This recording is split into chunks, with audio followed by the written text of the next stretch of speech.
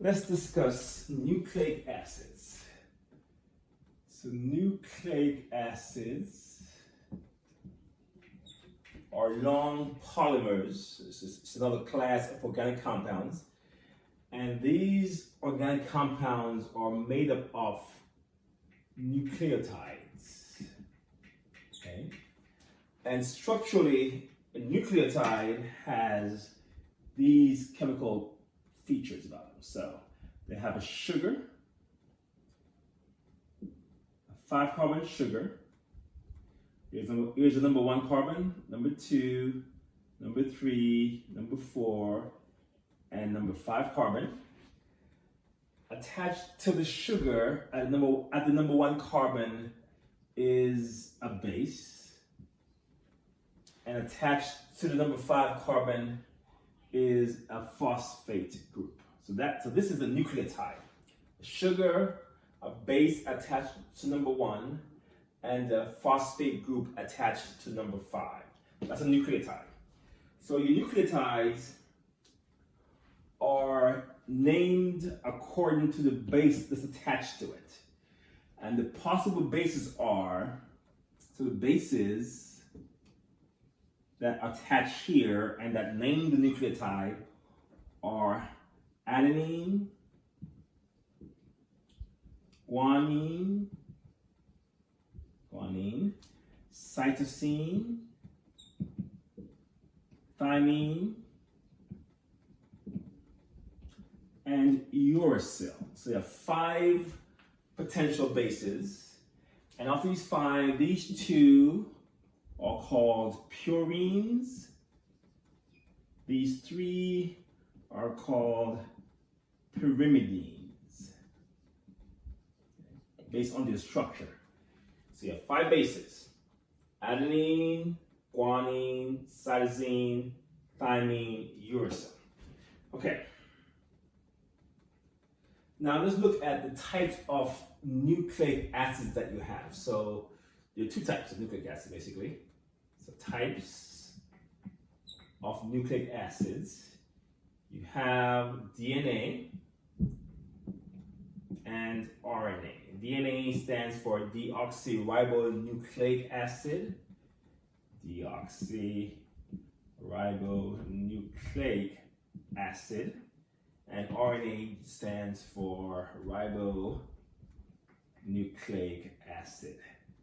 So let's look at DNA first.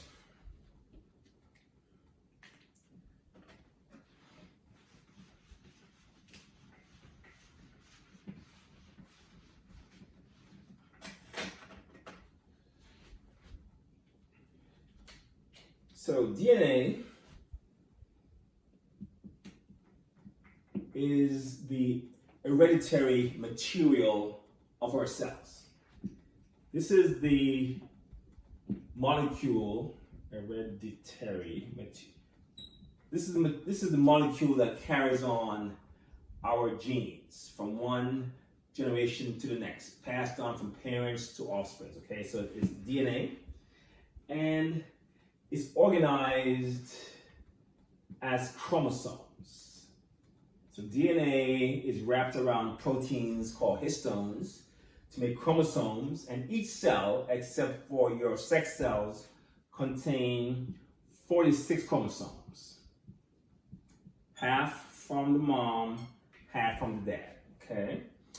And of this 46, there are 22 of them, 22 pairs of the 23 pairs are called autosomes.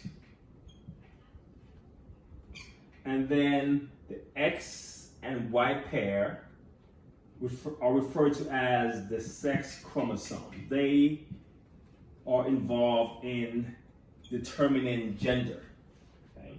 So let's look first at the X chromosome. So the X chromosome, right, this one is the second largest chromosome. Interestingly, chromosomes are numbered according to size. So number 1 is bigger than 2, which is bigger than, 2 is the biggest one, frankly. So usually 1, 2, and 3, and 4, and 5. So for example, 7 is bigger than 8, which is bigger than 10, which is bigger than 14. So The smaller the number is, the bigger the chromosome is, which usually means it has more genes on it. So X chromosome is the second largest chromosome. This one helps determine gender, where X and the X chromosome is the gender marker or gender determinant for female. The other as well, you have, sometimes you may have X, X, X. That's called triple X. Yeah, no, triple X.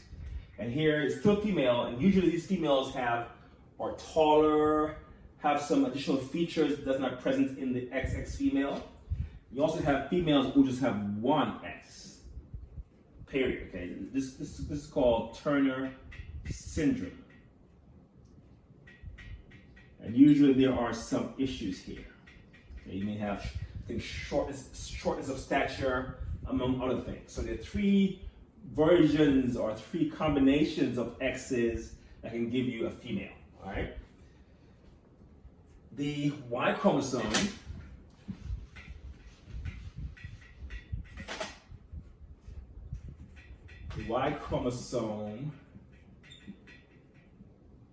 is passed down from fathers only.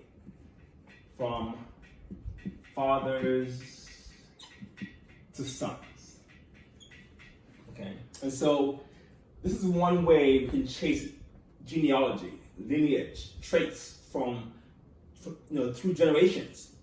If there is a particular gene on the Y chromosome, then we can look at its mutation and other features to have an idea of how people are linked together, genetically speaking, and what's being passed down the paternal line, the father line. So Y chromosomes only go from fathers to sons.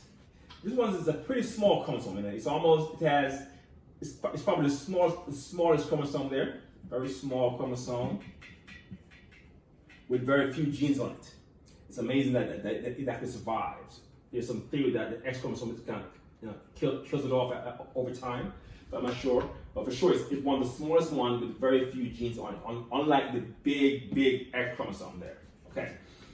So Y chromosome again, and XY is the male genotype. Okay. Now, what else I got put on here? Then you have your mitochondria. So not only do you have DNA in the nucleus, in the form of chromosomes, you also have what's called the mitochondrial DNA, meaning the mitochondria has its own DNA. And this DNA is only passed down from mothers to offspring, to children. Okay? And again, so you can chase maternal DNA contribution or maternal diseases or maternal ancestry by tracing the traits of the mitochondrial DNA. Okay, so that is DNA in terms of chromosomes and what we can glean from chromosomes in terms of traits and ancestry. Now, the DNA nucleotide. So we're still on DNA.